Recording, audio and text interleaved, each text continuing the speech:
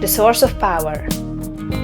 Man's brain, body, mind, faculties and talents are the mere instruments he uses in demonstrating greatness. In themselves, they do not make him great. A man may have a large brain and a good mind, strong faculties and brilliant talents, yet he is not a great man unless he uses all these in a great way. That quality which enables man to use his abilities in a great way makes him great, and to that quality we give the name of wisdom. Wisdom is the essential basis of greatness. Wisdom is the power to perceive the best ends to aim at, and the best means for reaching those ends. It is the power to perceive the right thing to do.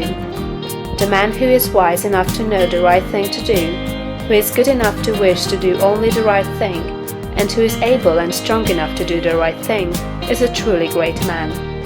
He will instantly become marked as a personality of power in any community, and man will delight to do him honor. Wisdom is dependent upon knowledge. Where there is complete ignorance, there can be no wisdom, no knowledge of the right thing to do.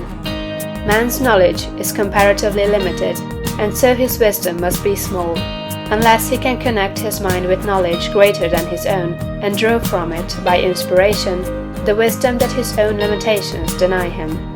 This he can do.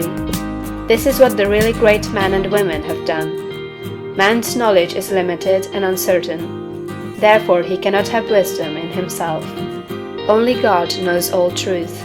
Therefore only God can have real wisdom, or the right thing to do at all times, and man can receive wisdom from God. I proceed to give an illustration. Abraham Lincoln had limited education, but he had the power to perceive truth.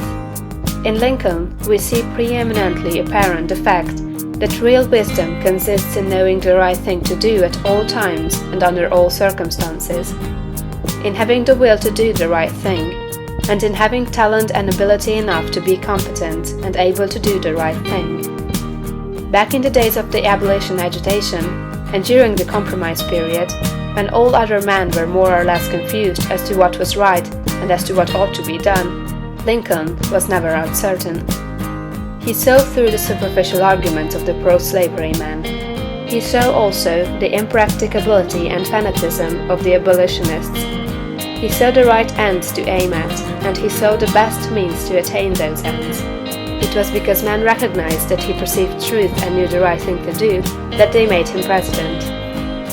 Any man who develops the power to perceive truth, and who can show that he always knows the right thing to do, and that he can be trusted to do the right thing, will be honored and advanced.